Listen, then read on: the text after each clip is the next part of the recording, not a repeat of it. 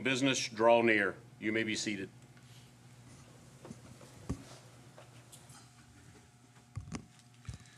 Good morning. Thank you for being here.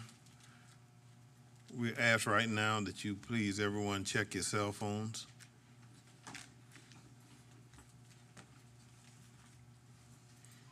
Please check any electronic device that may go off, as we are commanded to have silence as we go forward.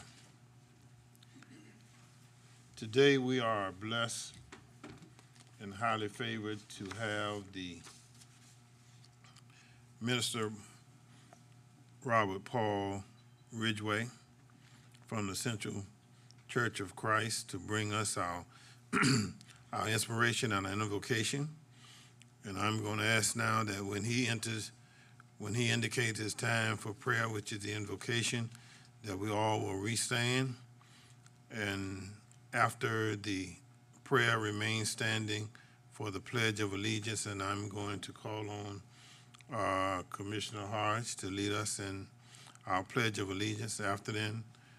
And then we will have our certificate of appreciation to him, and then the roll call, and then we will go into a public hearing.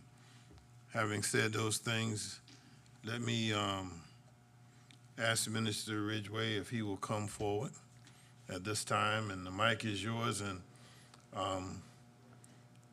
I can read your bio, okay. All right, and I do have it in front of me, but I want you to introduce yourself to us.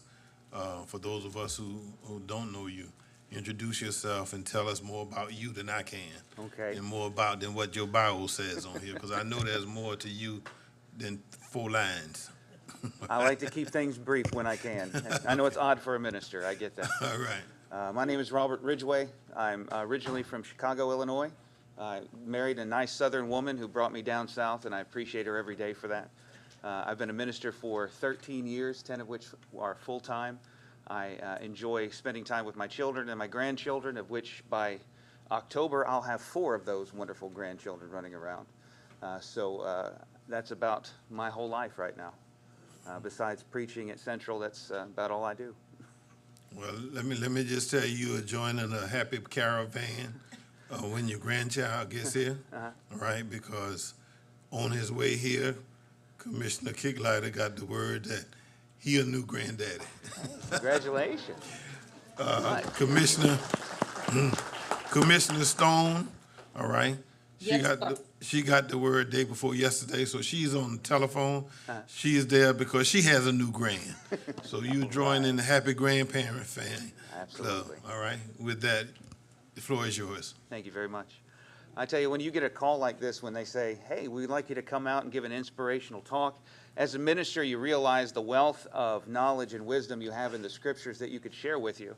And then the overwhelming part comes to you because you have a work that is comprised of 66 books written by 40 different authors over a couple of thousand years, and there is so much that you can choose from. You can start talking at the beginning, you can talk in the middle, or you can talk at the end. You don't know where to begin when it comes to things like this. At times I looked at the story of Elijah and the prophets of Baal, and I said, boy, wouldn't that be inspirational to talk about a man facing 400 people that hated him, and yet he was triumphant. And then I said, maybe that's a little bit too much. Let's talk about Gideon and the army of 300 and how they surrounded the Midianites, and then they were victorious without ever raising a weapon. That is also inspiring.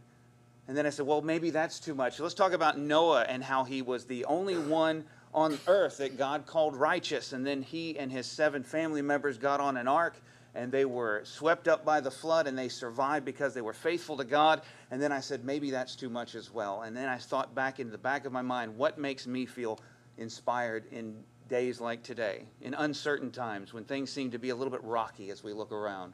And so I go to a prisoner, and I look at this man who was sitting in prison, writing to a church in Philippi, and he wanted to inspire these people to be good and to be better and to hold the faith. In Philippians chapter 4, there's a very famous verse that we all tend to use when we're in a little bit of trouble. We read verse 13 and we say, I can do all things through Christ who strengthens me. The thing is, we kind of misuse that verse at times. We say, I can do anything at all because Christ is with me, and that's not what he was talking about. So when we look at the world today, what's going on in different areas of the world today, even in our own country, I think reading the verses prior to that are what should give us strength. Beginning in verse 11, he says, now that I speak in regard to need, for I have learned in whatever state I am to be content. I know how to be abased, and I know how to abound. Everywhere and in all things I have learned both to be full and to be hungry, both to abound and to suffer need. I can do all things through Christ who strengthens me. There are times where we think that the world is overwhelming to us. Prices rise a little bit. Prices rise a whole lot. We can afford some groceries some weeks and other groceries the next week. Sometimes our rent is due and we have to take our 5-day grace period to get it paid. Those are just the things that happen in life. People come into the world, like my newest grandchild will be here later. People leave the world, like very good friends that we have that pass along the way.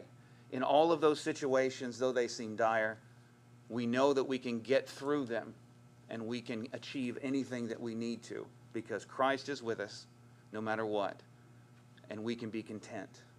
Contentment is something that is very precious to a person. Without contentment, you have stress. Without contentment, you have anxiety. Without contentment, everything seems daunting. So I pray every day that we always can be content in our own circumstances, and from that contentment, we can go out and we can change everything in this world. One voice, one passion is enough to change the hearts and lives of many people, and that brings me joy and contentment. Ladies and gentlemen, let us at this time pray. Let's sing. Our most gracious and kind and loving Heavenly Father, the creator of all things, the one who sits on a throne of grace and mercy in heaven, Lord, we approach your throne at this time to thank you first for all the things that you have blessed us with, for our financial blessings, for our spiritual blessings, for the food that we have each day, for the time we have with our families, for the times that we have to celebrate life, to celebrate the city that we have, the beauty of it, the majesty of the things around us. Lord, we also ask that you bless this meeting, the people, those that are attending, those watching online, and those who may watch it later, that they are blessed with wisdom so that they can carry out the things that they need to get done, the wisdom to make decisions about things that need to happen, and that all things be brought into focus through your will throughout this entire world. Lord, again, thank you so much for allowing this time for us to come together for this purpose. And in this, we thank you. And we ask and pray through all things through the name of Jesus Christ, our Lord and Savior. And amen. Amen. Commissioner Harsh.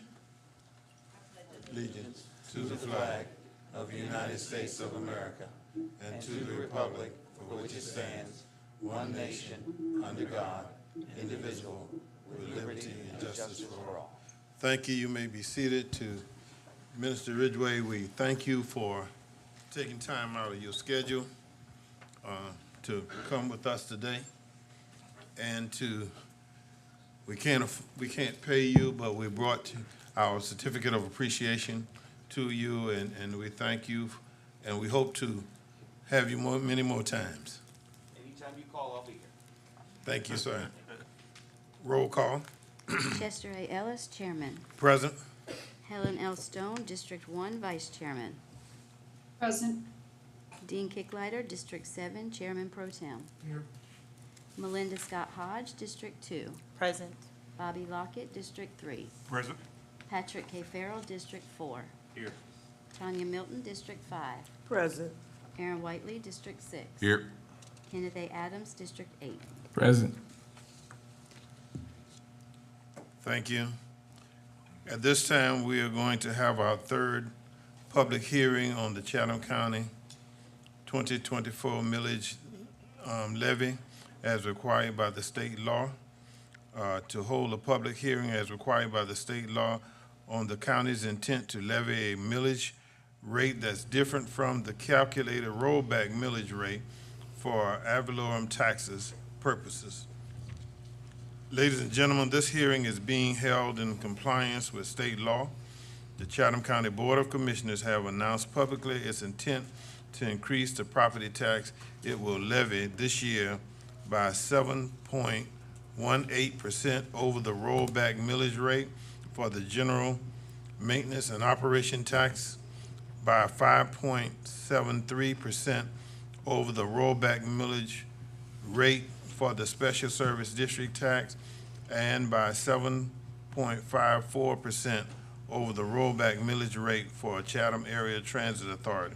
This gives the Board of Commissioners the option of adopting the millage rate recommended to balance the proposed budget. The purpose of this hearing is to provide members of the public the opportunity to comment. The advertised millage rate for the general fund is 10.518 mills, which is 0.0705 mills higher than the calculated rollback millage rate of 9.813. The advertised millage rate for the Special Service District Fund is 4.502 mills, which is 0.244 mills higher than the calculated rollback millage rate of 4.258. The advertised millage rate for the Chatham Area Transit Authority is 1.056 mills, which is 0.074 mills higher than the calculated rollback millage of 0.982. A list is provided at the front of the room for you to record your name and address, as well as the group or organization you represent, if any. This will allow us to document that public input was solicited.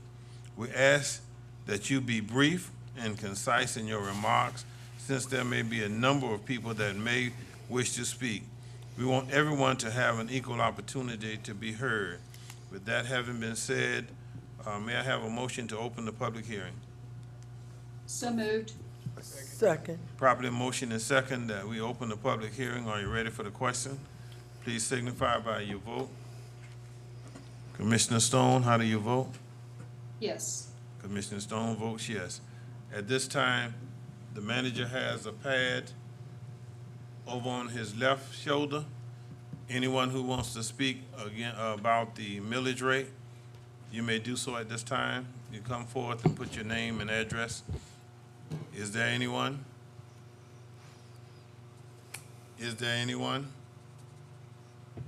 Is there anyone? All right, having said that and receiving none, may I now have a motion to close the public hearing? So, So moved. Is there a second? Second. Properly motion and second that the public hearing be closed on the facts. Are you ready for the question? Please signify your votes. Commissioner Stone, how do you vote?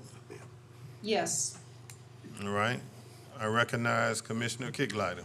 Thank you, Mr. Chairman, and for further clarification for the people watching at home or some of the people in the audience that may not know, this legal jargon that you had to read off there is something concocted by the state of Georgia, who rather than cutting our income taxes likes to pass along things to local governments to make them look like they're doing something good with taxes.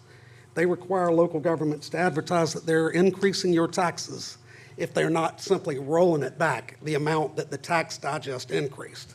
So in Chatham County, we're fortunate enough to have the Stevens Day bill that we can file with our homestead exemption. So basically, this increase from last year comes from all of the new growth that we've had with commercial growth and new homes being constructed here. So it's not 1 penny higher on the millage rate that you're paying, which means not 1 penny more are we getting in taxes, yet the state, with all of their wisdom, likes to make people advertise if they're not just rolling it back, that they're actually increasing your taxes. So I just wanted the public to know that. This is not a tax increase. This is the mess, Georgia making themselves look good and making local governments look bad. I guess they get upset with the federal government doing that to them. But All right. All right, now may I, let us go on to proclamation and special presentation. Mr. Manager? Yes, sir. Good morning, Mr. Chairman, Commissioners. I'm going to ask our Human Resources Director, Ms. Fields, to come to the microphone as we recognize county employees for the years of service to this community. Ms. Fields? Good morning. So the employees that we're recognizing this morning have more than 235 years of combined service with Chatham County. At a time where you could have selected any employer to work for, you chose to stick it out and stay with Chatham County, and we want you to know that we appreciate you, we thank you, and we congratulate you on reaching this milestone in your career.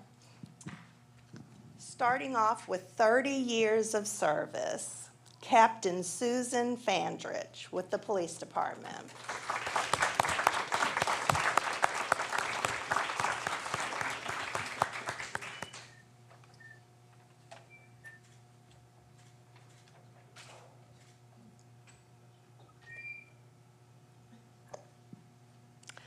Also with 30 years of service is Miss Kathy Wiley.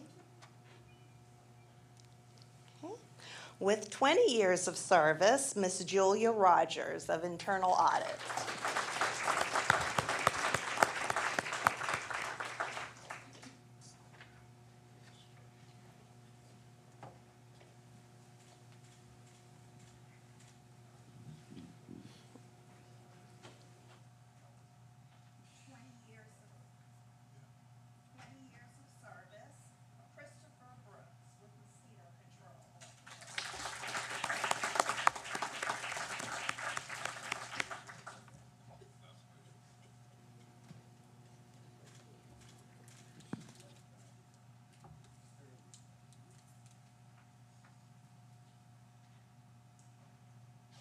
With 10 years of service, Zachary Bailey with Parks and Rec.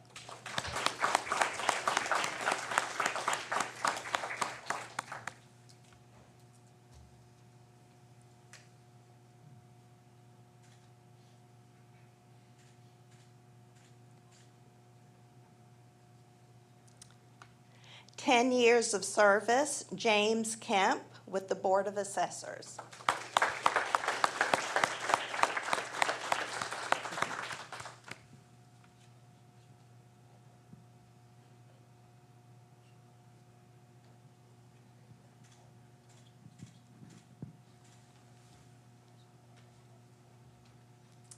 Ten years of service, Miss Evelyn Simmons with Probate Court.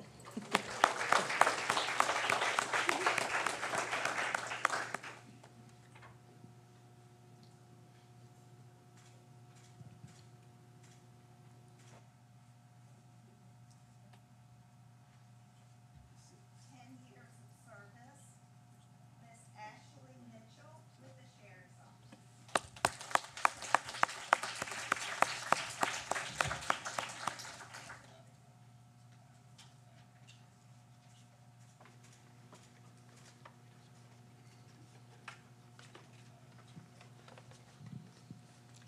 10 years of service, Penny Strickland.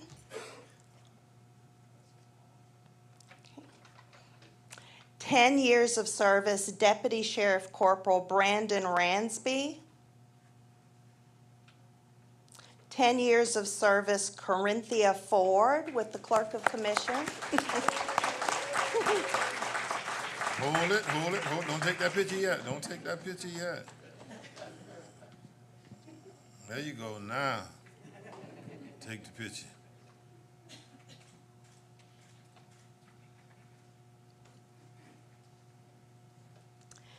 Ten years of service, Miss Julia King with the County Manager's Office. She's not here. She's had death in her. 10 years of service, James Burton with Facilities. 5 years of service, Calexis Parker. 5 years of service, Michael Johnson. 5 years of service, Karen Hunter.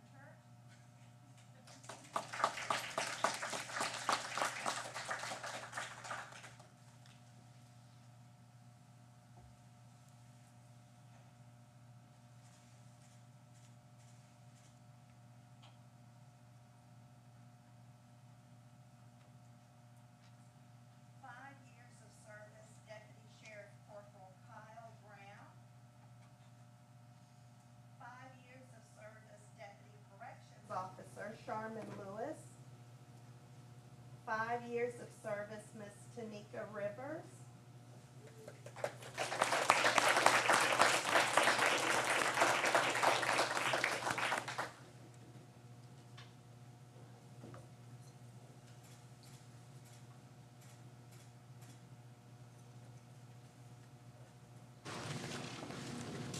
Five years of service, Roland Owens with Public Works.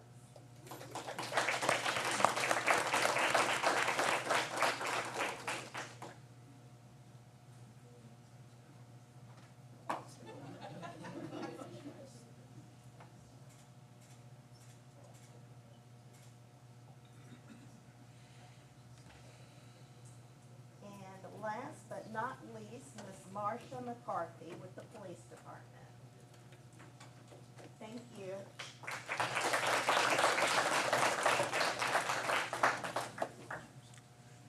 To all our employees, we thank you for the service that you render. For the service you render makes our job much easier up here. And we thank you for being with us and all the department heads and others who are gathered this morning.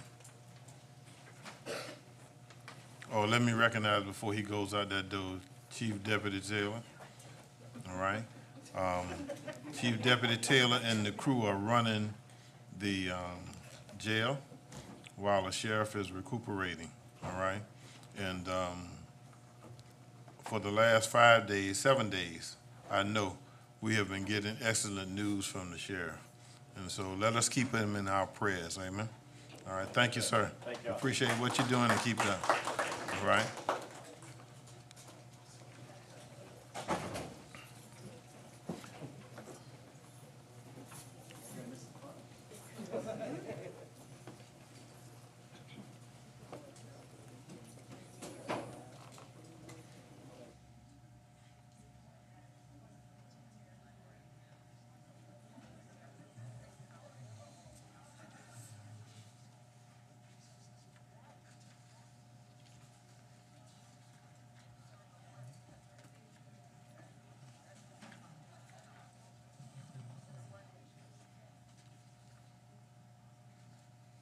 All right, there are no chairman items, there are no commissioner items, there are no table items. We come to items for individual action. The first item is to vote on the following appointments. The reappointment of Terry Tarwood to the Board of Assessors. Is there a motion? Second. Properly motion and second that Mr. Tarwood be reappointed to the Board of Assessors. Are you ready for the question? Please signify your vote. Commissioner Stone, how do you vote? Yes. All right. Appoint Amanda Wilson to the Metropolitan Planning Commission, the MPC. I'll make a motion to approve. Second. Properly motion and second that Mrs. Wilson be appointed. Are you ready for the question? Please cast your votes. Commissioner Stone, how do you vote? Yes. Oh, okay. All right, appoint Gina am I saying her name correctly? Gina Brazaga, okay, to the Chatham County Zoning Board of Appeal. Is there a motion? So moved. Second. Properly motion and second, Ms. Brazaga be appointed. Are you ready for the question? Commissioner Stone, how do you vote? Yes. All right. Appoint Tia Acker Moore to the Chatham County Zoning Board of Appeal. Is there a motion? Mr. Chairman, I move we appoint Ms. Tia Ackermore to the Chatham County Zoning Board of Appeals. Second. Second. Properly motion and second that we appoint Ms. Moore to the Zoning Board of Appeal. Is ready for the motion? Please cast your votes. Commissioner Stone? Yes. All right. All right. To request approval of the following budget amendments and transfers in the American Rescue Plan, transfer funds between projects as shown in attachment 2 in the multi-grant fund, increased revenue and expenditures, $28,000 for supplemental funding from the Criminal Justice Coordinating Council for the Community Data Platform Grant. 3, in the Special Service District, transfer $90,000 from contingency to Fair Street Pump Maintenance Operation Budget. Is there a motion? Second. Properly Second. motion and second that the request be approved. Are you ready for the question? Please cast your votes. Commissioner Stone, how do you vote?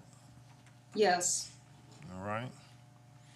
To adopt fiscal year 2025 budget resolution and tax year 24 millage levy resolution for the general fund M&O pursuant to O period 2, C period, G period, A period 48-5-32 period 1, and approve supplementals for the tax year 2024 property tax digest to the Georgia Department of Revenue for approval, including Form PT-35 Chatham millage rate certification and Form PT 32-1 computation of millage rate rollback percentage increase in property taxes for tax year 2024. The proposed millage rate is 10.518. Is there a motion? Second. Properly motion is second that it be approved. Are you ready for the question? Chairman, All right. Unreadiness, Commissioner Kicklight. thank you. Thank you, Mr. Chairman. I'm not going to beat a dead horse on this one, so I'll keep this short and sweet. But Commissioner Farrell and myself have presented several different options out there, multiple ways to fund this budget without having to charge the unincorporated homeowners, business owners, or the property owners a fire fee. And because it's not in there, I won't be voting for this budget today. They should not have a fire fee from this point forward. So that's all I have to say. Unreadiness? All unreadiness heard? All right, please cast your votes. Commissioner Stone, how do you vote? I'm gonna vote yes on this budget, All but I right. have some reservations about the SSD. All right. Let us go to number 4, to adopt the fiscal year 2025 budget resolution for the Special Service District and adopt a millage levy resolution pursuant to OCGA 48-5-32.1. In addition, authorize the chairman to sign Form PT 35 Chatham millage rate certificate and Form PT 32-1 computation of millage rate rollback percentage increase in property taxes for the tax year 2024. The forms are required to be certified and submitted to the Georgia Department of Revenue for digest approval for tax year 2024. The proposed millage rate is 4.502. Is there a motion? So moved, Mr. Chairman. Is there a second? All right. Properly moved and second and ready for unreadiness. Commissioner Kicklighter. Mr. Chairman, Commissioner Farrell and myself have presented multiple ways to fund the fire department without the residents of the unincorporated area having to pay for it through a fire fee. They should not have a separate fee. We have presented multiple ways that it would not have an effect on either of the two budgets. And for that reason, it's not in here, and we're moving forward, which I will be voting against the fire acquisitions and more things to come here today. For that reason, I will be voting against this today because they should not have a fire fee. All right, any other unreadiness? Commissioner Farrell. Thank you, Mr. Chairman. We recently had a workshop where we extensively discussed the revenue inequities on the Special Service District. It was established without any dissent that I'm aware of that the 100,000 people in the unincorporated area that this board represents pays their fair share of taxes like all the rest of the county citizens do. However, there's an issue where there's a total of $36 million approximately of revenue that the special service district is denied access to, and it is redistributed to all our wonderful municipalities throughout Chatham County. So let me be clear. You got 100,000 people every year for many, many years. And this year, it's approximately $36 million that they're paying into the fifth penny of sales tax and the franchise fees. But when the revenue gets distributed, they're categorically excluded to zero. Okay? Now, we could get into the weeds with this, but we went pretty deep into them a couple of weeks ago at the budget workshop. I asked this commission and the staff to come up with some ideas to start to work on alleviating those iniquities.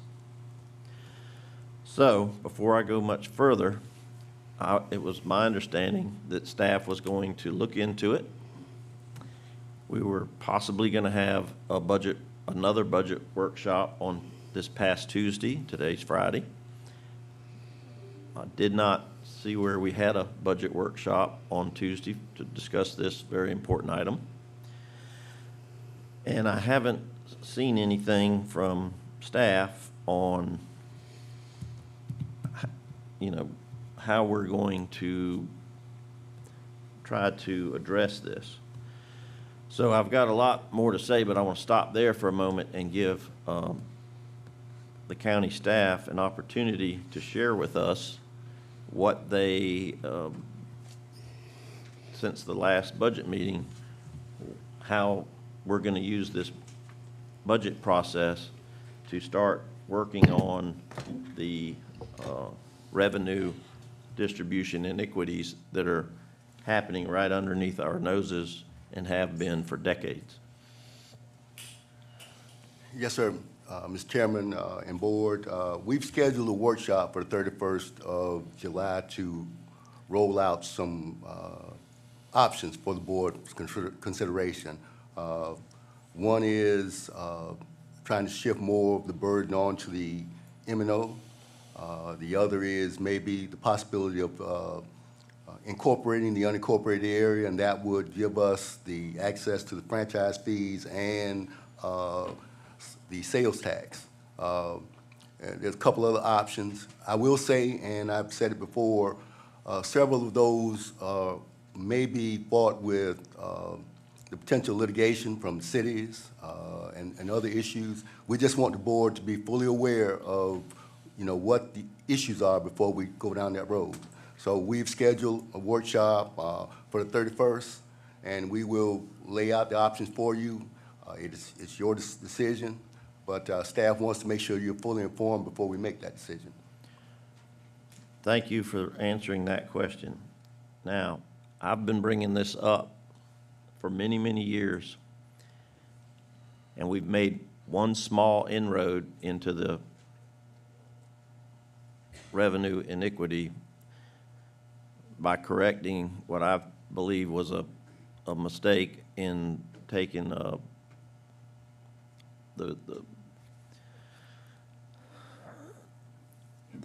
indirect cost in sending it to the M&O, which got up to, I think the last time we did it was $4 million. So I do want to commend staff and this Board for taking that small step forward, and it's a significant step to stop that iniquity. However, I believe that we have had a solid year to look at this, and here I am presented with a budget that doesn't show, for the SSD, that doesn't show any change. It's just, we're doing business as usual, and I am ready to see some action. Mr. Kicklighter and myself came up with some possible ideas to start chipping away at this issue. I don't see any of that in the budget. And more concerning, I don't see anything coming from staff that addresses this in real time. Because here's the situation. As we dither, another $36 million gets transferred from 1/3 of our Chatham County tax-paying, property tax-paying, and sales tax-paying citizens to the other 200,000. So I'm just looking for some solutions to treat everyone in our county with an even hand. And I don't see it, and I cannot support this SSD budget today that doesn't take any steps towards it, and merely we wait another month to talk about it again, and we repeat. So I would like to stop this budget from being passed, go to a continuing resolution. We can operate off of last year's budget and give some focus for this board and for the staff to address this problem in a meaningful way to the 100,000 people that we all represent. So,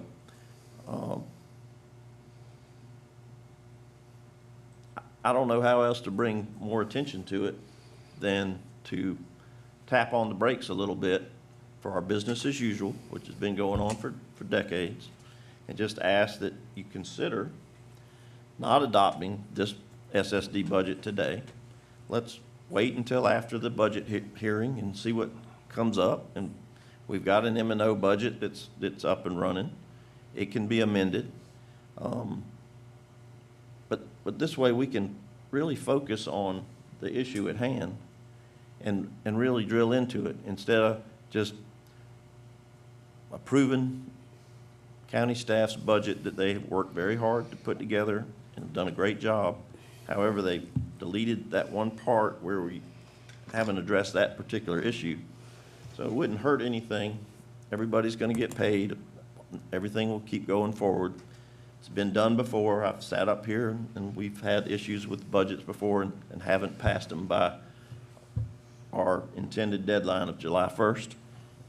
So in order to bring more attention to this and get this thing moving, I will not support this item favorably today, simply because we just can't keep kicking the can down the road and not doing anything meaningful. And yes, doing something different is fraught with unintended consequences, and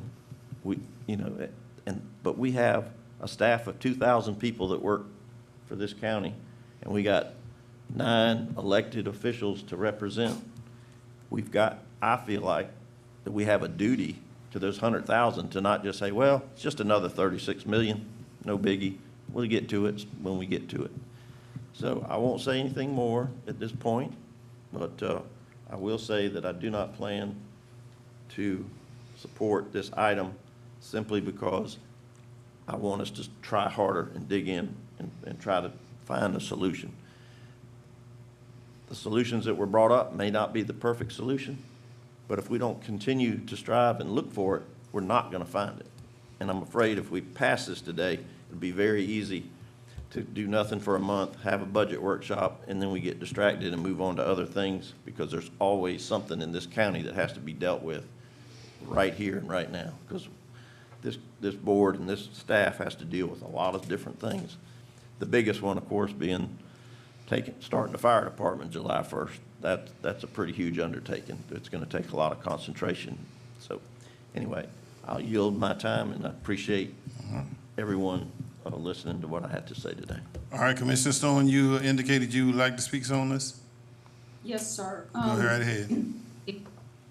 First of all, I would like to also commend the staff, excuse me, because they do work hard each year to propose a budget. But I also know that we have been discussing this for a while, and during our workshops, we did ask for some type of a proposal to come forward to see what could be done to alleviate some of this lost revenue from the special service district. So I would support at this time a continuance until we can get some answers to these questions, because it really is very unbalanced at this point in time, and expecting people in the special service district to keep paying into the, keep paying their taxes and not getting what they are rightfully due from the special service district. All right, you finished? All right, you have the option of voting for this budget or not voting for this budget. All right, What question? about a continuance? Is there, No, I would. the motion on the floor is to adopt this budget. That's the motion, all right? And But then if- under unreadiness, Commissioner Kicklighter spoke, and then Commissioner Farrell spoke, and he brought that up in his conversation, and then you brought it up in yours. But the motion on the floor that we must vote up or down is to adopt the budget. All right, let me get to, If there is a second motion on the floor, you can Mike. but there is no second motion on the vote. floor. Second motion right now. Right. There is no second motion on the floor. Commissioner Hodge. So for point of clarity, thank you, Chairman. We can amend a budget if we adopt a budget. Yes, correct? ma'am. Yes, Okay, I just need to know. yes, that's what we can do. All right, answered your question? Yes, sir. All right. Please cast your votes. Commissioner Stone, how do you vote? I vote no. Commissioner Stone votes no. Where the button at? All right, we got everybody? All right, let's move on.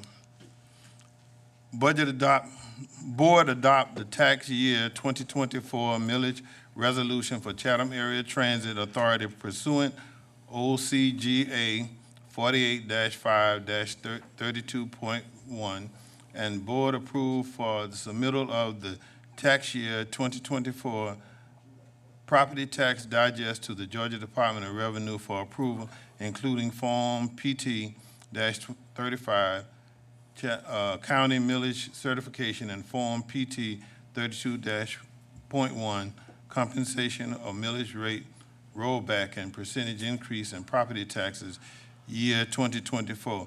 The proposed millage rate is 1.056. Is there a motion? So move, sir. All right.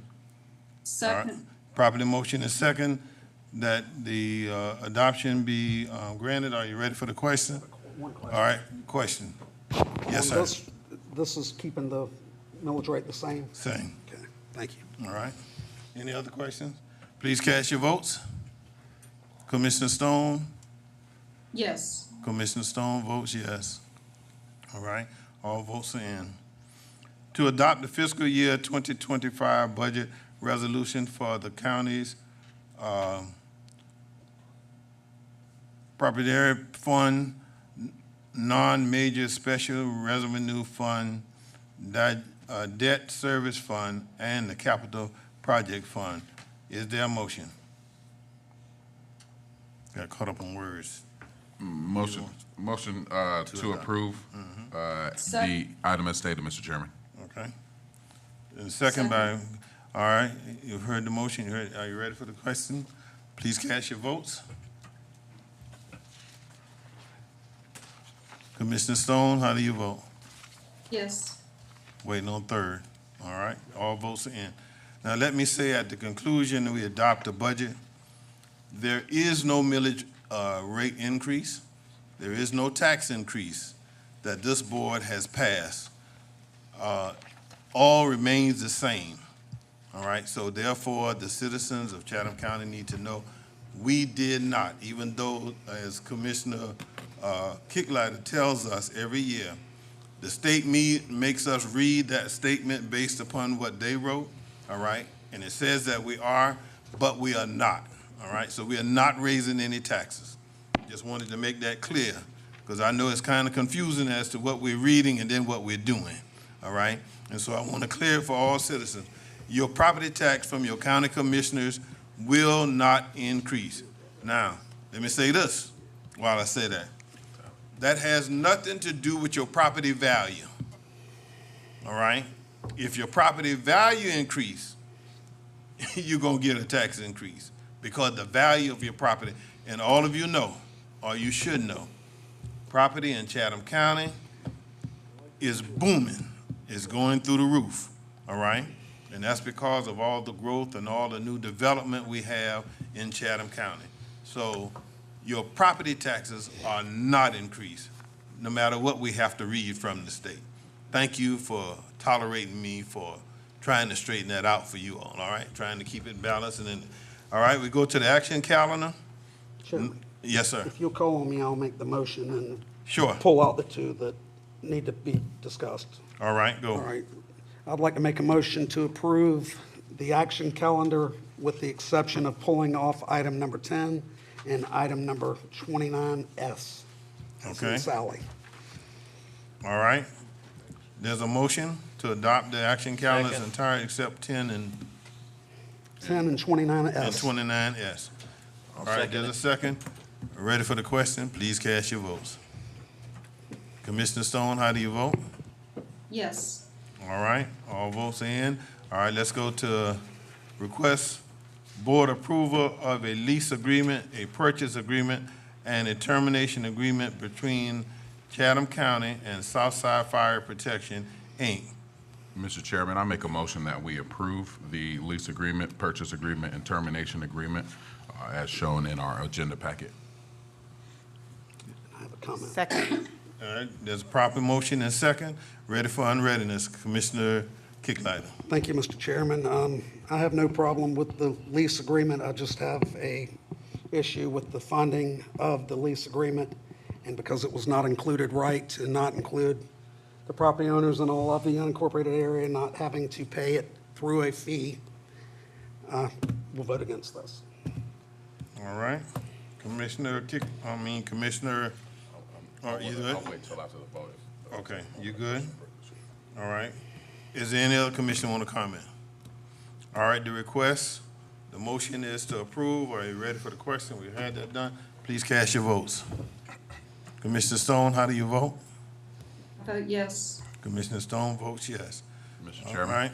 Mr. Chairman, can I take a point of personal Hold it, privilege hold on this matter? No, let me make sure what his other one was first. Which one was it? 28, 29S. 29S? Mr. Chairman, I just wanted to speak Okay, on. all the- right. No, I want to make sure. Now, yeah, you can go ahead and make your comments. Yes, sir. I just want to speak on the item that we just voted on, in effect to create a fire department for Chatham County that would be managed by Chatham County. I want to first start by thanking Chatham EMS. I've had the privilege of serving on the board with those gentlemen and ladies and see that they really care about our community. When you think historically about how Chatham EMS, also known as Southside Fire Community Protection, it came out of a spirit of supporting the community, and they've done so very well. So I want to thank the team members who've been committed to serving, those career and volunteer firefighters who have been serving and have served our community, and I want to welcome them effective July 1 to become Team Chatham members. Look forward to working with them, and I'm sure that they're going to continue to serve our community with the same sense of service and honor that they have served our community up to this point. I want to just, last few things is, again, thanks to I want to recognize the Chatham EMS Board of Directors for being true community partners. I know that this process has not been easy. It has been new, and I want to make sure that I'm clear in saying that this is not this should not negatively reflect upon Chatham EMS as it relates to us coming in and quote unquote taking over. We're not necessarily taking over. They were good partners in working with us for a transition process, and they have provided fire service to our unincorporated areas on a shoestring budget. And when you go and put together what Chatham EMS has done on the fire side up against any fire department in the country and look at their ISO rating, it tells you a lot. So the data matters, and I want to just thank them for what they have done. And I just want to say that, you know, this Board of Commissioners have a fiduciary responsibility to our community to make sure that we are using tax dollars wisely, efficiently. We also have a moral responsibility to our neighbors to provide for the safety of our community. And I believe with what we're doing today, we are actually handling those in true order. And I think in the future, this will prove to be a wise and worthy investment for the growth and future of Chatham County. Thank you. All right, Commissioner Adams, you wanted to speak? Oh, okay. All right. I've got everybody? All right. Let us go to 28, all right, 28S. If I may, before you Sure. get a motion, I'll change the wording. I would like to make a motion to amend the agenda for item S and remove the words that says 36-month extension to the annual contract and replace those words with 3 one-year agreements to extend the annual contract. All right, give me a second. And Point of information, is that proper, Yeah, Mr.? Yes. that Yeah. is to It make doesn't it need to just, say consecutive or anything like that? No, he has Well, he's got it right. It's already in there, Right. in the official document. But what he's I'm doing amending though is the he's agenda. changing the language. Yeah. correcting the language just to follow Right. the law. Yeah, Gotcha. Second. all right. It's been properly motion and second that we change the language, all right? On the agenda, but not on the contract. Right. Yeah, The language contract on goes the contra- unchanged, right? The language on the contract currently reads our standard language Right. on all our contracts that we're entering into Okay. 3 single-term Right. Right. agreements that automatically All right, that's- renew unless one party or the other takes action to terminate. Okay, I understand that, but what he's doing now is he's making sure that the language in the contract and the language we passing here that's on the agenda are the same, all right? So now, here's what we do. We've got a motion, we've got a second, right? Now, during the unreadiness period, I'm gonna call on Attorney, Reggie. If you will come and read what does, rather than saying 36 months extension, read to us what it says in the contract, because that's what it should have said on here. That's what we getting to.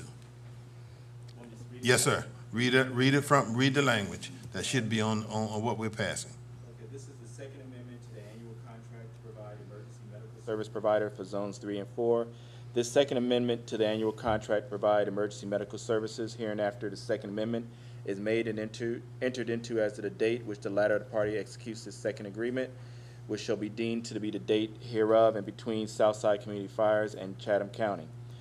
Whereas the county is the EMS license holder for zones 3 and 4. Since September 1st, 2016, the county has contracted with CES under contract number 15-0112-1 to provide for ambulance services within the zones. Whereas since September 2023, the county has been providing a monthly stipend of $145,000 to offset low utilization in these zones. And whereas with the approval of this extension, the contract would add an additional 36 more months of service effective from September 1st, 2024 to August 31st, 2027. And whereas CES shall maintain all required bonding, insurance, and licensing for the duration of this extension. Whereas the parties now wish to execute a document that expresses their current understanding of the matters. Now therefore, the parties hereto do hereby amend the prior annual contract and First Amendment as follows. Under Section I-1, Term of Services, is partially amended by deleting the second sentence, and the following is substituted in lieu thereof.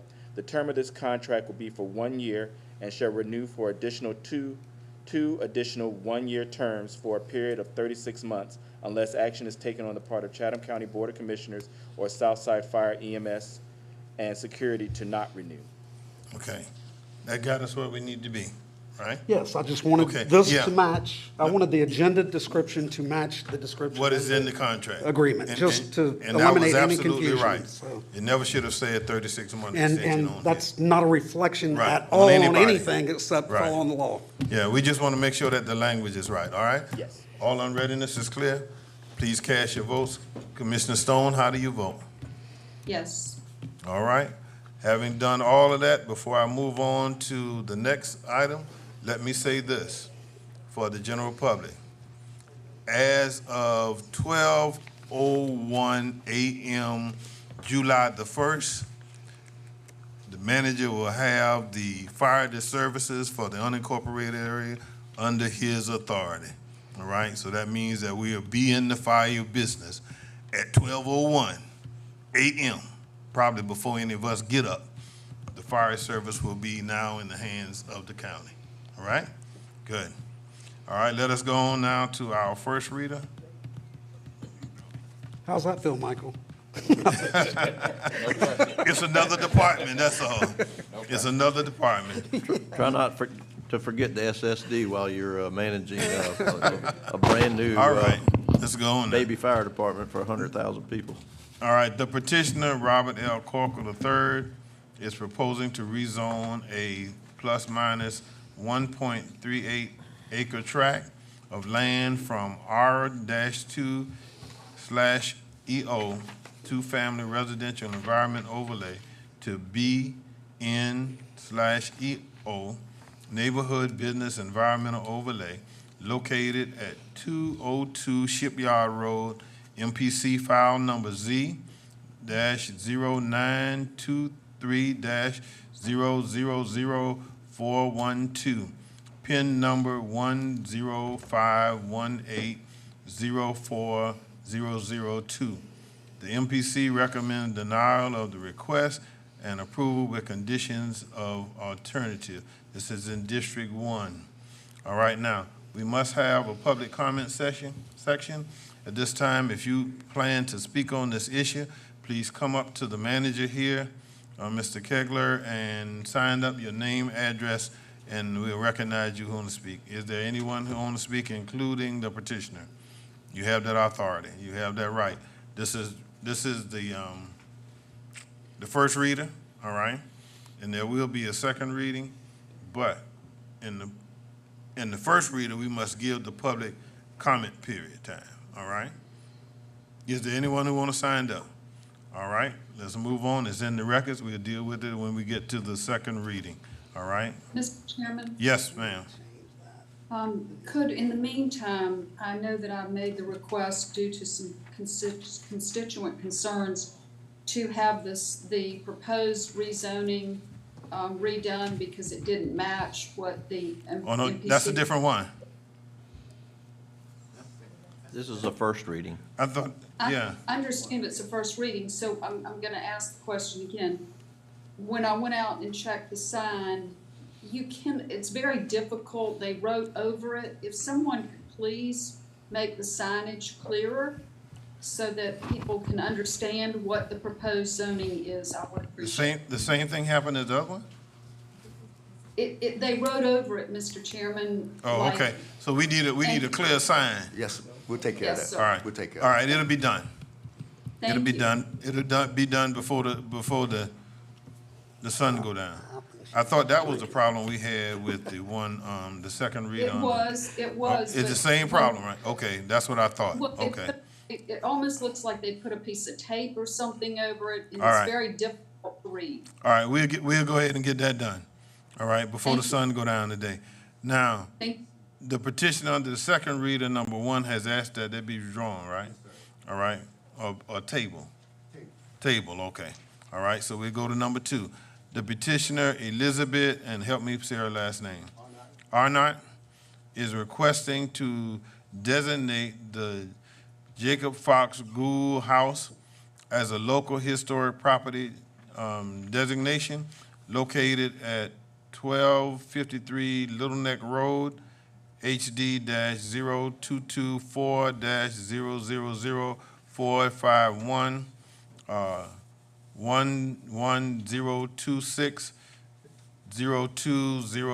11026-02037Y, Zone R-A.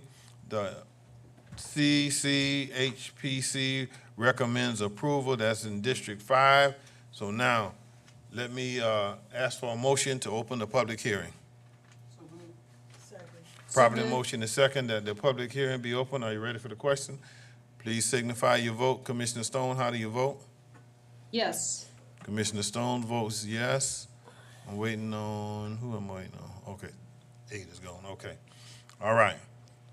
Is there anyone here who wants to speak on the item, including the petitioner? This is a public hearing. So please come up and sign up with the manager. Give you a few seconds to get that done.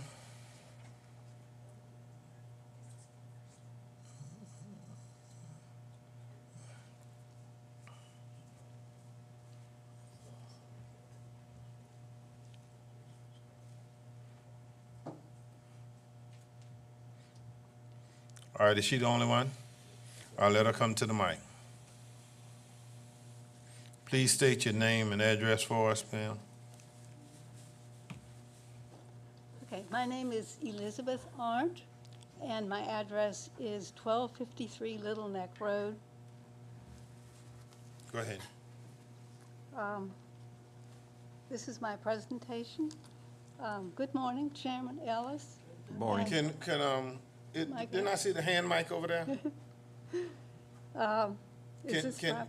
Should I use Let's see this if we one? can, no, the problem is the distance between, and I'm not picking on your height now, but you're short. Oh, And there's a distance in there, and it's not picking you up well. Let's see if the hand mic gonna do you much better.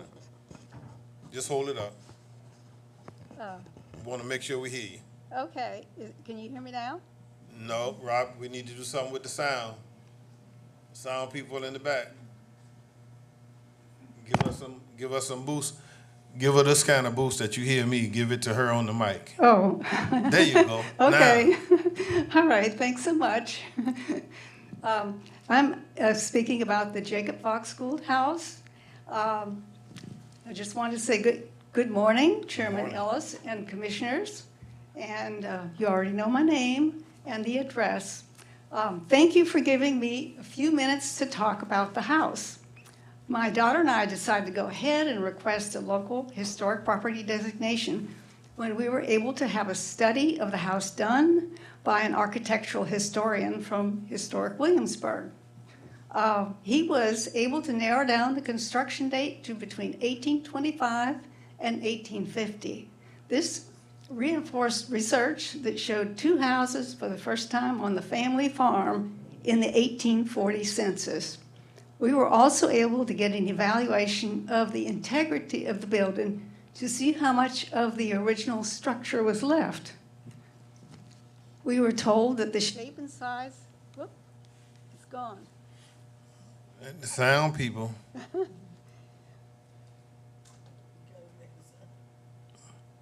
See what we need to do there.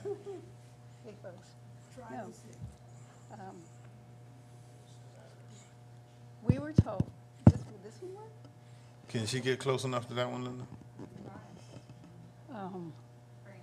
We were told that the Okay. shape, Go ahead. we were told that the shape and size of the house were unchanged because the original hand-hewn braced frame was still basically intact. The beams are visible in the dining room in the house where the paneling has been removed.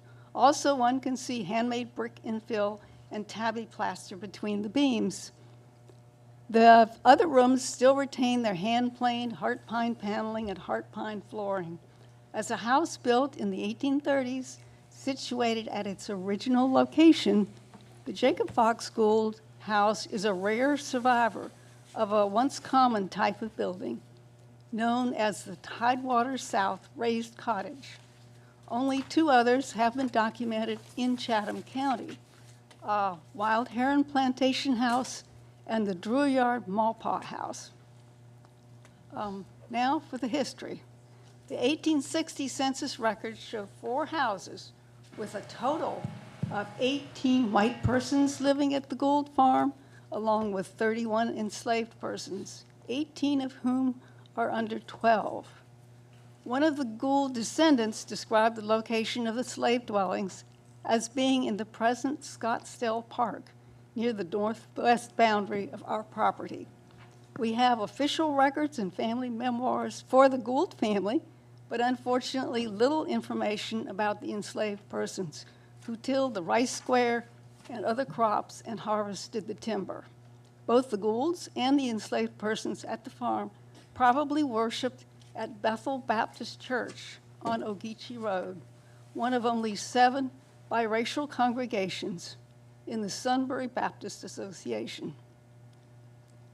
Just 15 miles from Savannah, the Gould Farm and its occupants shared much of the history with Savannah, including the Civil War, the preservation movement, and even the movie industry.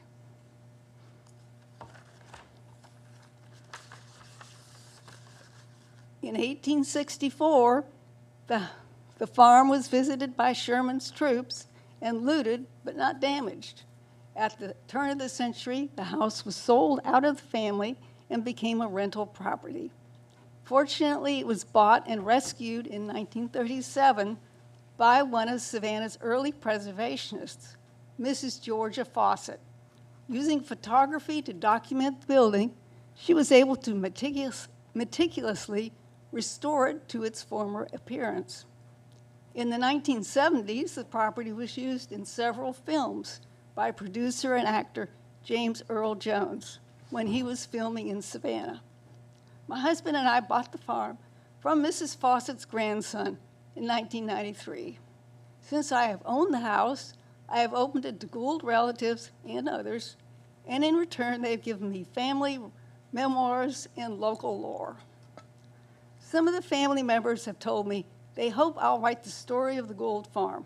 Although the Gould family was never wealthy, they were an important part of the local community, and I think their story should be told.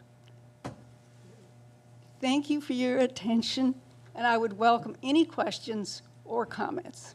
All right, any commissioner have any questions? Commissioner Farrell. Yeah, so you are the current owner of the 20-acre property? That's correct. Yes. Yes. Yes, okay, thank you. Sorry. Any other questions? There wasn't anything in our literature that said who owned the property. Who owned it? Yeah. I just wanted to Belongs confirm. Thank belongs you. to Miss Elizabeth.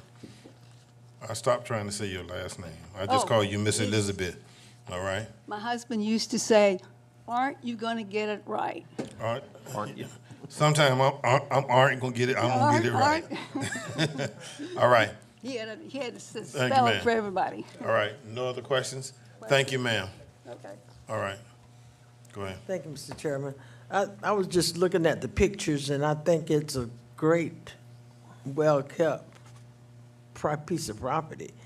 I mean, it's now modernized. It seems as though somebody's come through and put a ceiling fan up. But it looks like it's in very good condition, so it's for the years that it's been around. So Okay. I think a historic designation is right on time. All right. Any other comments? All right, may I have a motion to close the public hearing? So moved. Second. Properly motion and second that we close the public hearing. Are you ready for the question? Please cast your votes. Commissioner Stone? Yes. All right. Have everybody.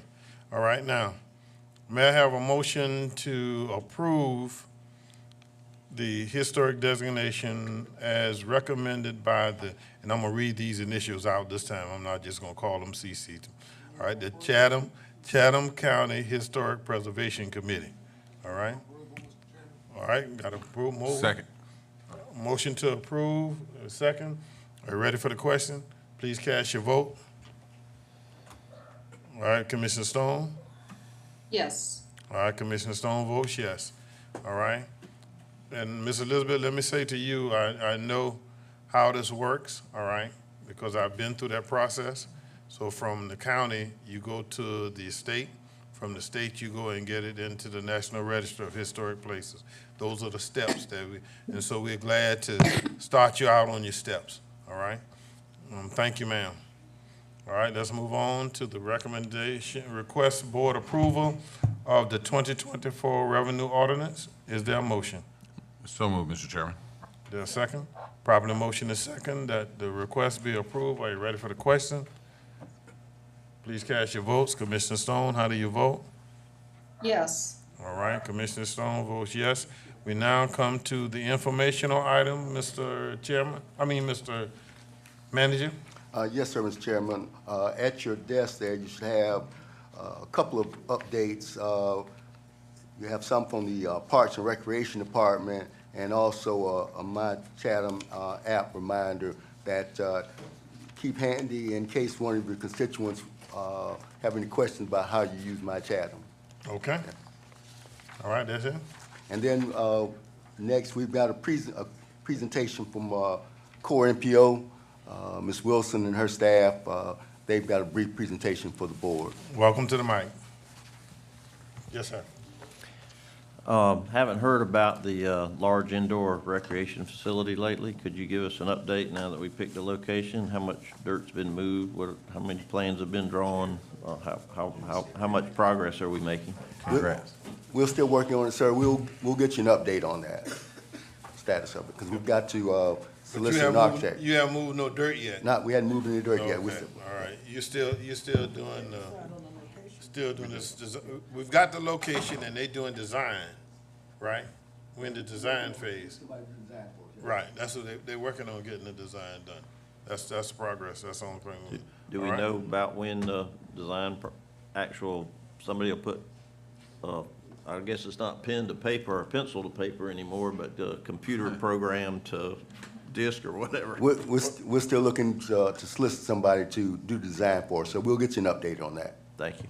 The RFP to get the person to do the design has to come before us first, right? Yes. Okay, so when you see the RFP, then we'll be selecting the firm. They're gonna put the RFP out. I understand the process. Okay. However, I just wanna make. well, I appreciate that. I'm just urging staff to move with a quickness. All right. Keep it moving.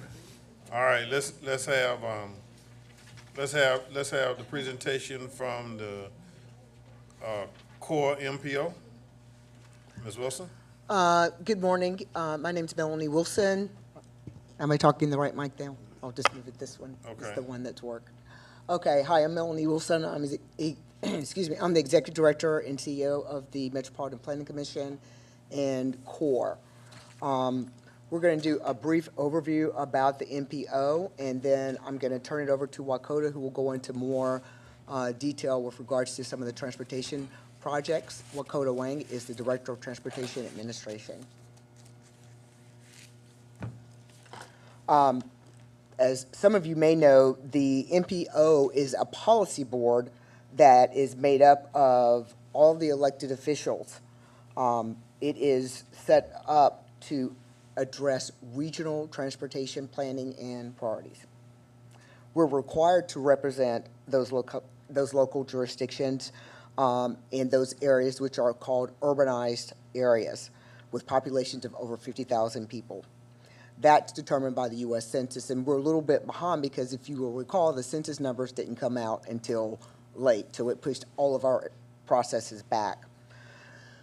As a part of this process and to receive federal funding, we got to ensure that we go through a comprehensive cooperation and continuing process, and that's a federal process. That's what they call the 3 Cs. Again, in order to continue to receive federal dollars, we must do 2 things. One, we have to have a Metropolitan Transportation Regional Plan. That's our long-range transportation plan. And the second is that we must go through certification and remain certified. So we're starting that process now, and we will have the federal government representatives on site in October. As part of what we do in the MPO, we come up with the MTP, which I just discussed, the TIP, which is the Transportation Improvement Program, the Congestion Management Plan, which you'll see sometimes, and we call it the CMP, a Public Participation Plan, and Bicycle and Pedestrian Plan. All of that is put into a document which we call the Unified Work Development Plan. And some of the things that you will see as part of this is that the UPWP, which comprises of all of this, it reflects what all the local transportation planning priorities are. An example of that would be 5303, which is the Transit Authority, CAT. We basically work with the agencies that are responsible for doing special studies and things of that nature.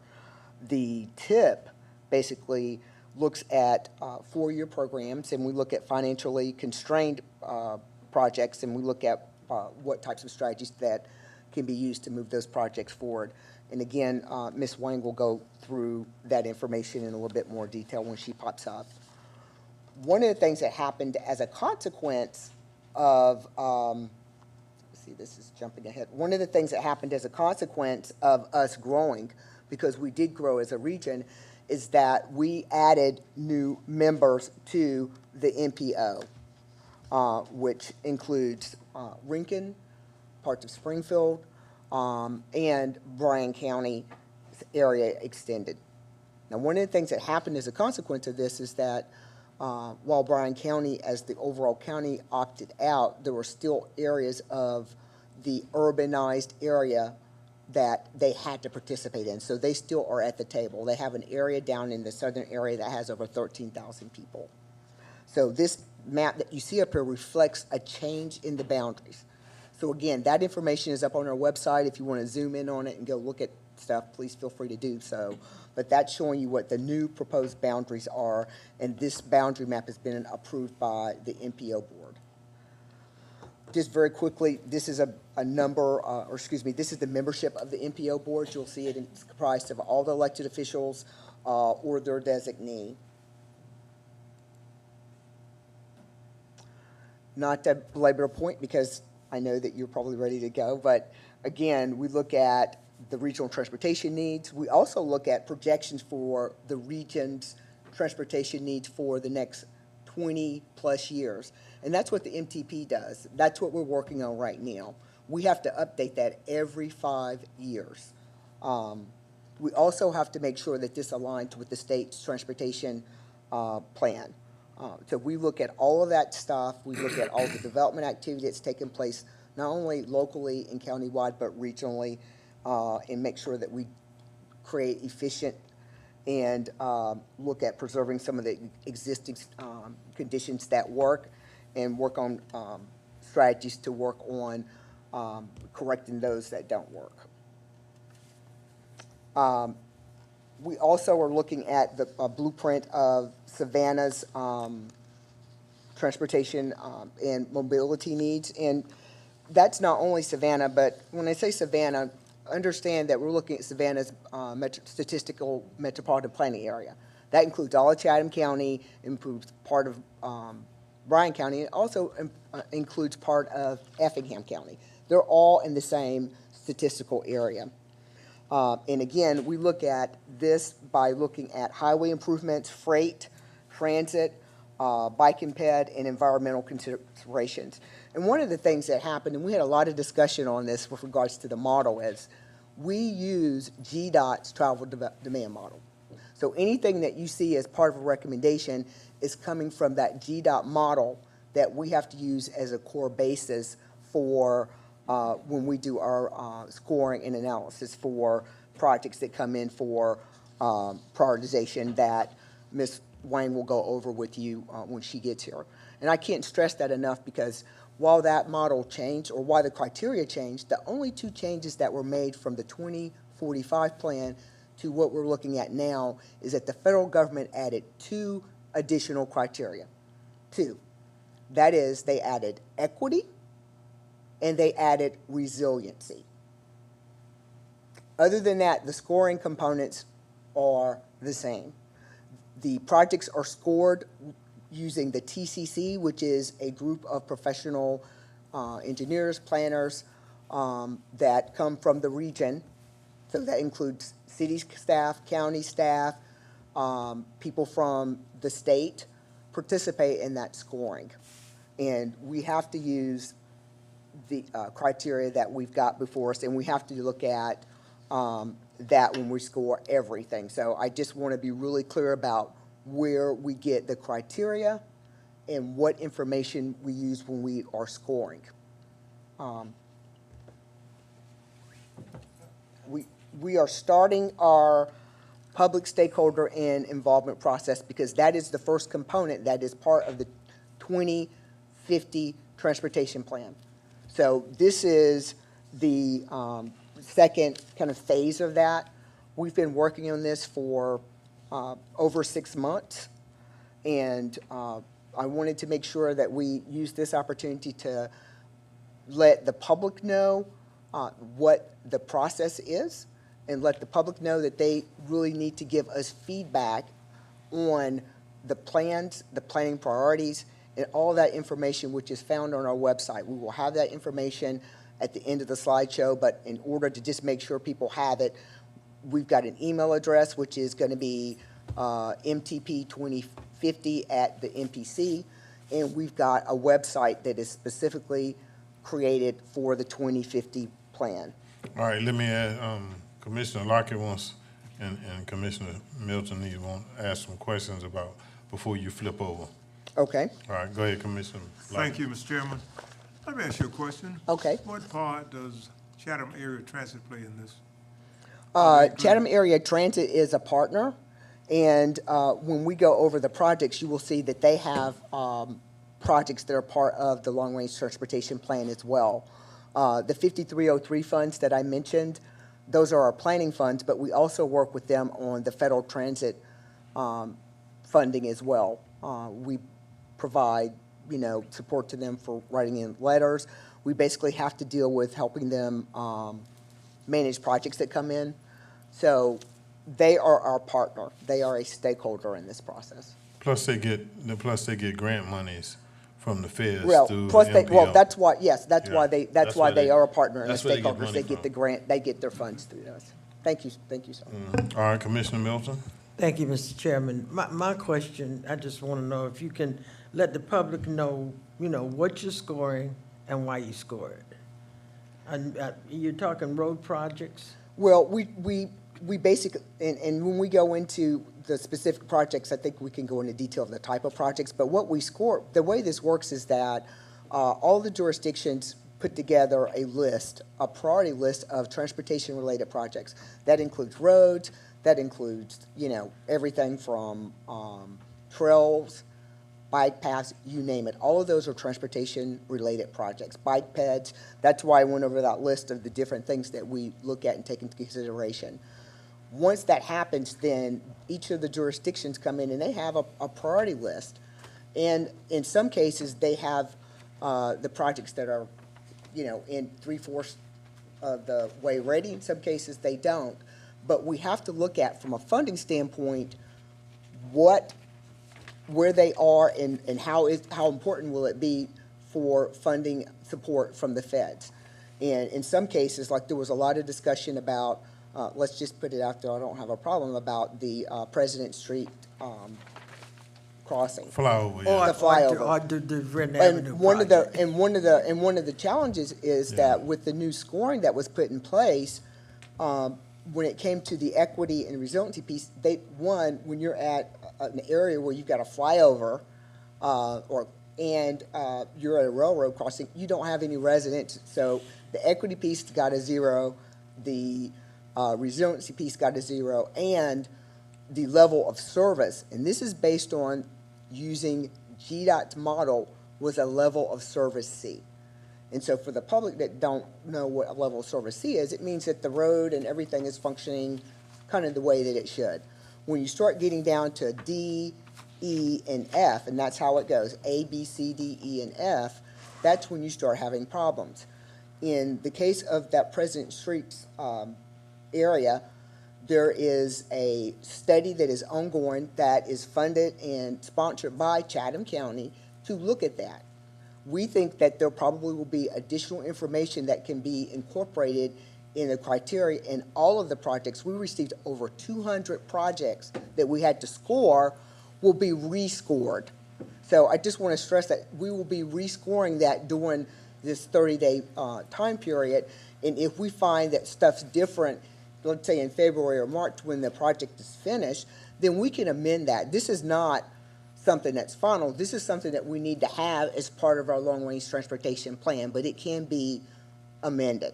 So that's kind of what the process is, and that's what has been going on. I hope that I've answered your question. And you wanting input from the public, so all that is on your website and Input from probably the on public, Chatham if you go, County's when website. you go to the last page, and we've got our website, and we're gonna also send that link over so that it is on your website as well.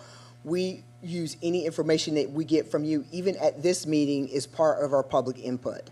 We take all information that we get, we look at it, we review it and see how it is impacting that document and see where we need to make changes. This isn't something that's a final document. It is a document to get information from the public, from additional elected officials that need to participate in this process.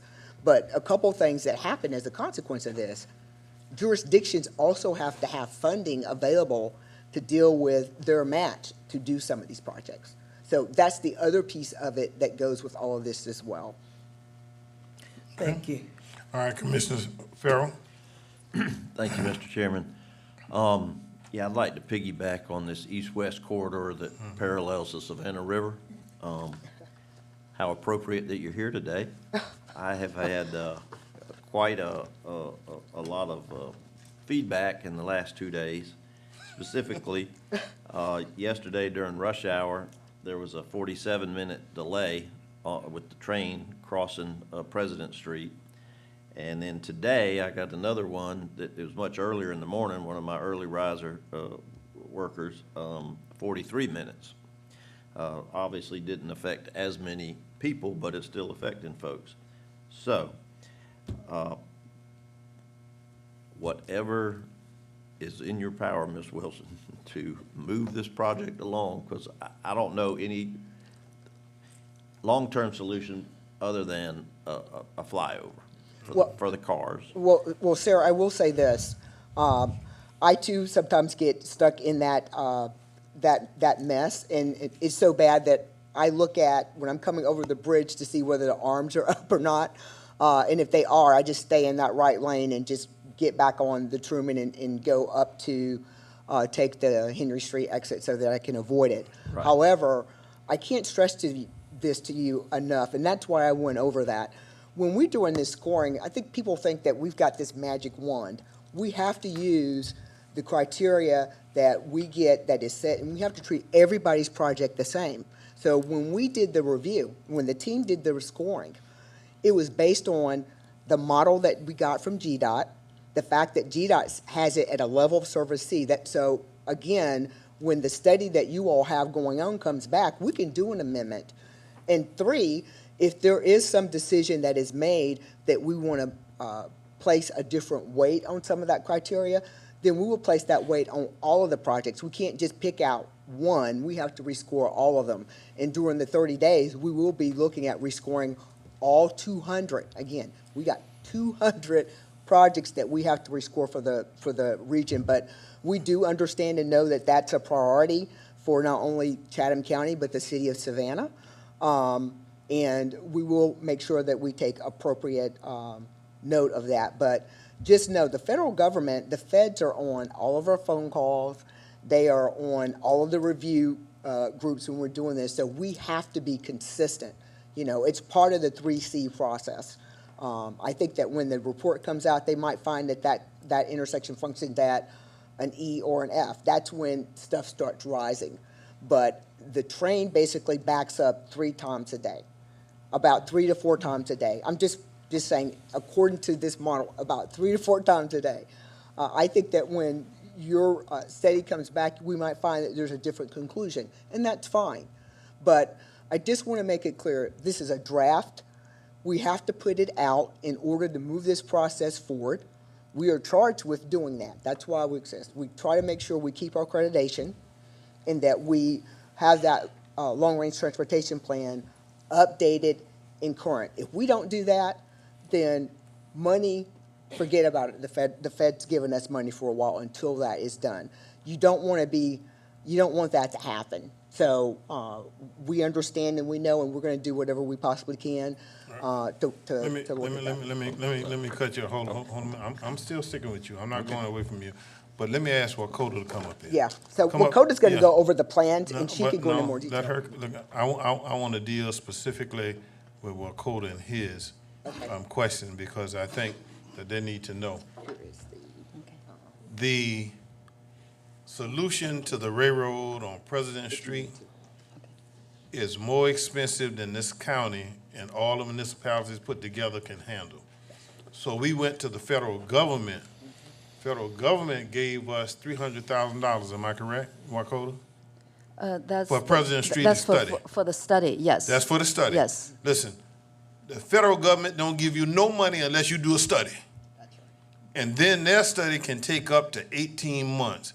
Now, we're supposed to be through with the study for President Street when? Until February. Until You February. will have, they already have the alternatives developed, but they're still finalizing. Right. And then you will have a preferred alternative. Right. So we will know what concept. So when we incorporate that project into the 2050 long-range transportation plan, we are assuming, because Chatham County actually sent us, this is a preferred alternative, what the concept will look like, we're assuming the cost for that preferred alternative for now.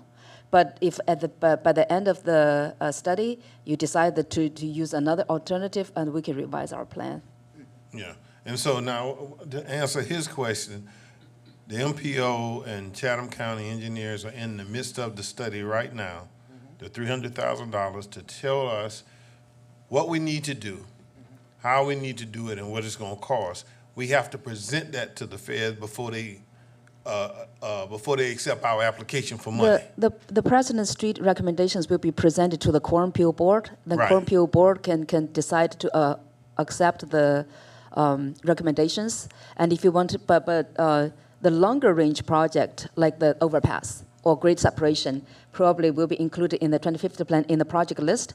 But there might be short-term, like operational improvements we have set aside in the 2050 MTP. So if Chatham County wants to start the short-term fix, you can start now. And when we do the call for project, you can probably apply for some federal dollars as well for the short-term fix.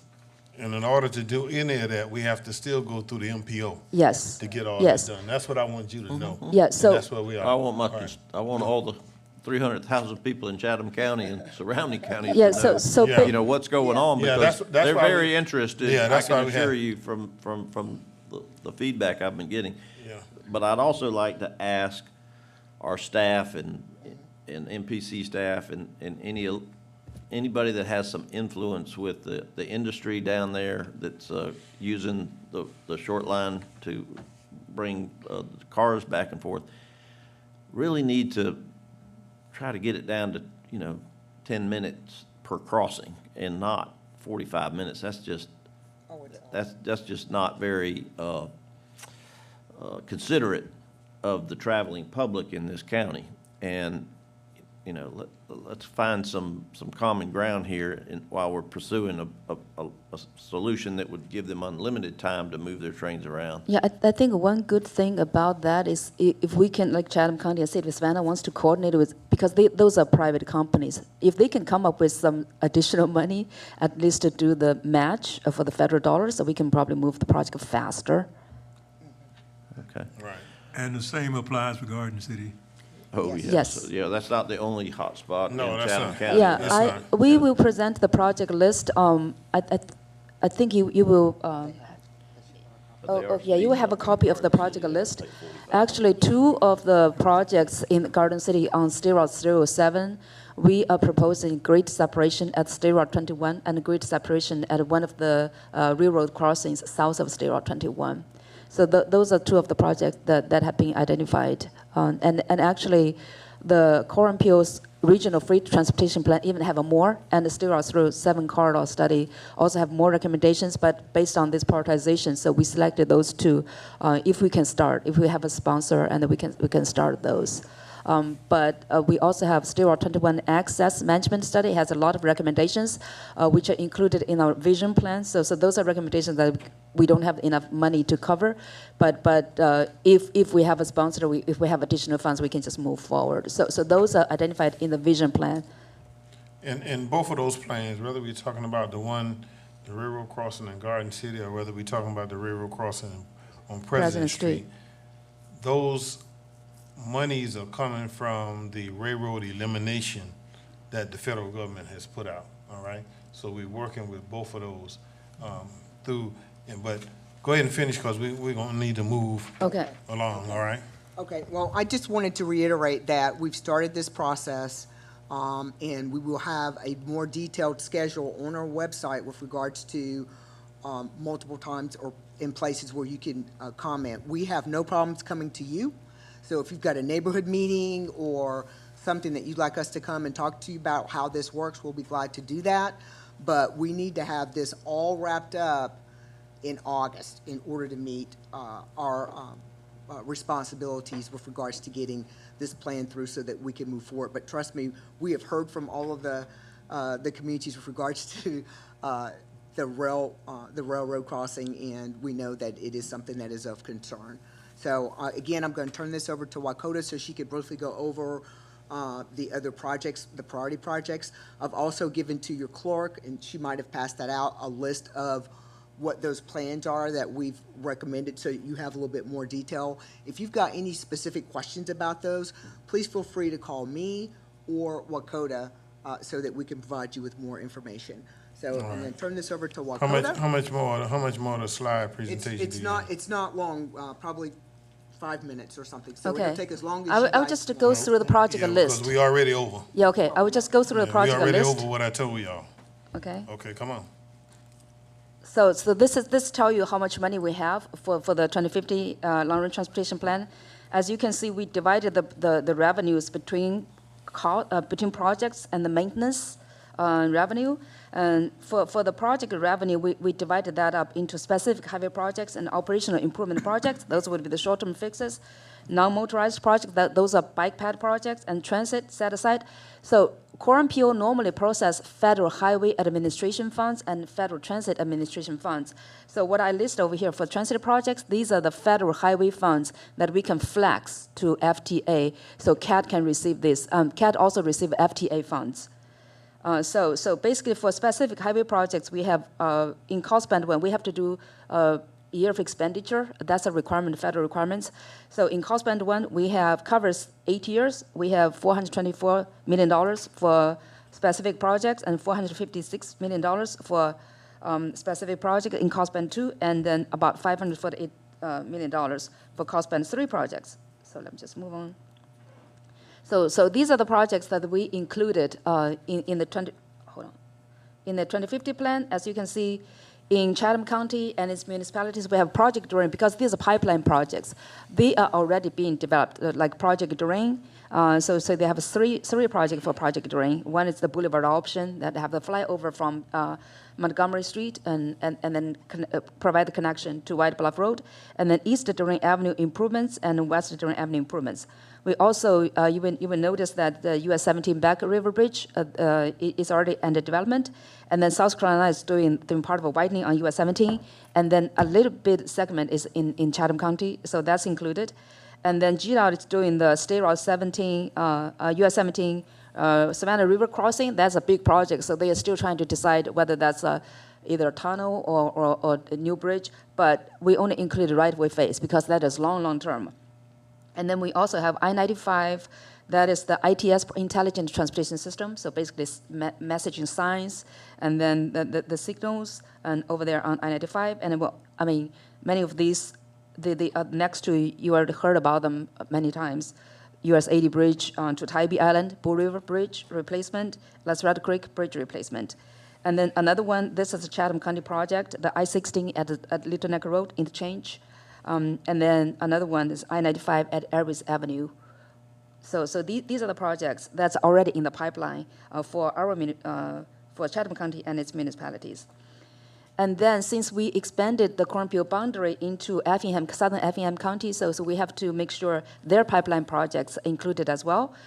So they have 3 projects, either bridge rehab or bridge replacement. And then we also got 4 new projects that just recently received federal grants. And one is the I-16X, the ramp removal, and it's about $2.28 million. And City of Savannah is using that and gather funds from the Reconnecting Communities and Neighborhood Program grant funds. And then the Georgia Postal Authority and one of those private companies get the funds for electric charging. So even if you see this private company, but since the money goes through the Federal Highway Administration, it has to go through the MPO process as well. And then the last one, GDOT got the NEVI funds. That is also for electric charging. They will build a charging station on I-16 between Gwinnett Street and Chatham Parkway. And the longer-term projects, this is what Melanie mentioned, we went through the prioritization process. We had more than 200 projects, so we do the project selection, and then we do the prioritization based on needs. Those would be crash rates, level of service, freight congestion, and then resiliency, and equity. So you can see the longer-term projects include I-95 at the State Route 21, Augusta Road interchange reconstruction. I know that DDI was done over there several years ago, but that is short-term fix. So the longer range, we need a interchange reconstruction at that location. And then the President Street grid separation, we will rescore this project based on this new concept, that new alternative that was forwarded to us, because the previous one was just ramp reconstruction. This one actually has is from East Broad Street to Delaney Avenue, so it covers more area. So you will see the sidewalks and pedestrians and the transit, microtransit will be allocated to that area as well. So we will have more consideration for this project. And then the I-516 widening project, and then I-516 at I-16 interchange reconstruction, and then the I-16 widening from Pula Parkway to I-95, and Oda River Road widening from 204 to I-16. Those are long-term projects.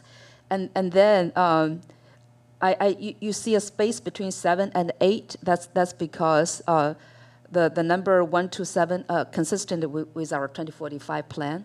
And then the rest are from 8 to 14. Those are new projects. So you have still 21 widening project, 204 Fort Argyle, and US 80 widening, and that's the one that I just talked to. Garden City 307 grid separation. You can see operational improvements at Stewart 21 and another crossing, and then the Belfast Keller Road is in Bryan County. So these are the highway project list, and we also have a set aside. Because maintenance, when we do the survey, the maintenance is a top priority for the general public. So that's why we have a maintenance operational improvements to address that. And transit is also priority, and non-motorized improvements, bicycle and pedestrian. Your staff actually working with the CORMPO to include that into our non-motorized transportation plan. And then when we do call for projects, and then you can apply for the funds. So we do that. We actually set aside about 3% of the project revenues. And then somebody asked about the CAT. CAT is on our voting member, and the CAT is also on our technical coordinating committee. And then FTA funds go to CAT have to come through the MPO. So we work with CAT, and this table, the cost of feasible transit capital improvements, actually developed by CAT. As you can see on the top, and that's the red text, those are the projects already included in our short-range transportation improvement program. And then the black text are the longer-term transit projects. So this is just to tell you how to give us input. And then if you have questions, contact me or Melanie, and then we will have our website and then email included over here. So any questions? All right, any questions? Yeah. Mr. Yes, ma'am. Chairman, I did have one. Well, towards the end, I saw some relevance with the waterway transportation. There are not any. Waterway transportation, ferry replacement. The thing is the FTA money, FHWH money cannot be used for operation or maintenance, so it has to be capital. So if CAT wants to replace one of those ferry boat, or they want to construct the ferry dock, or like reconstruction of ferry dock or something, we can use FHW or FTA money, but not for operation or maintenance. Thank you. All right. Well, just a quick request. Could someone email me the proposed and possible improvements on President Street, Railroad Crossing? Just Have engineers send that to him. We'll do that. Including the drawings. And I know this was just a lot of. whatever those alternatives are, Yeah. so that I can be better prepared for Send him the, questions from the. Thank you. All right. Yes, ma'am. My last one is Project Duran. Where are we? Is it ever gonna happen? That's between the city of Savannah and the GDOT and the feds. I'm just asking. That's where it is. Yeah, based on the. Ain't no need beating them up. It's between the city of Savannah, GDOT, and Fed, that Project Duran. That's where it is. Yeah, based on the last CORMPO board meeting, they are making progress. Because that's environmental justice area. Right. So they have to do additional outreach, additional public outreach, and so it seems like they already sorted that out. Yeah, that's like the ambulance can't get past the railroad track. The ambulance can't get down to Ren either.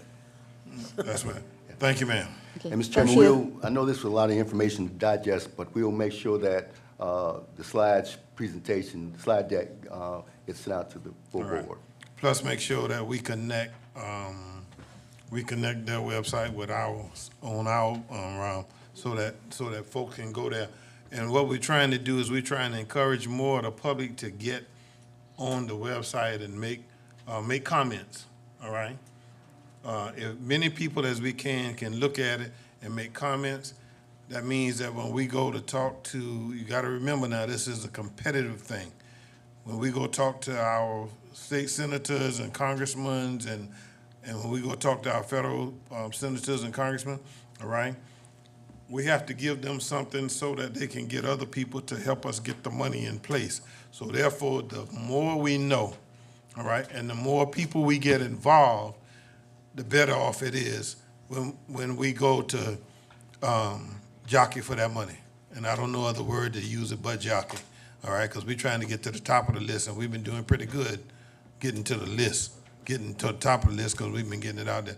Thank you all so much. Okay, thank All you. right. Now, there is a need for us to have an executive session for personnel, litigation, and accusation. May I have a motion to move to recess to, all right? Second? Is there a second? Second. Probably motion and second that we recess to executive session. Ready for the question? Please cast your vote. Commissioner Stone, how do you vote? Yes, Thank you, ma'am. And then, and this is a granddaughter this time, right? that's right. Oh, okay. Up and down.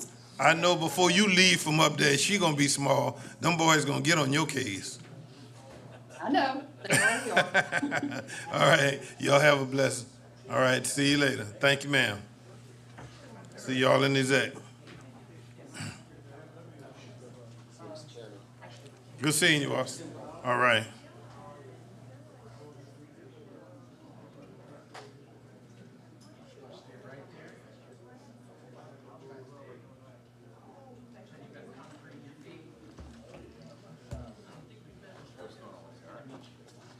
I'm here.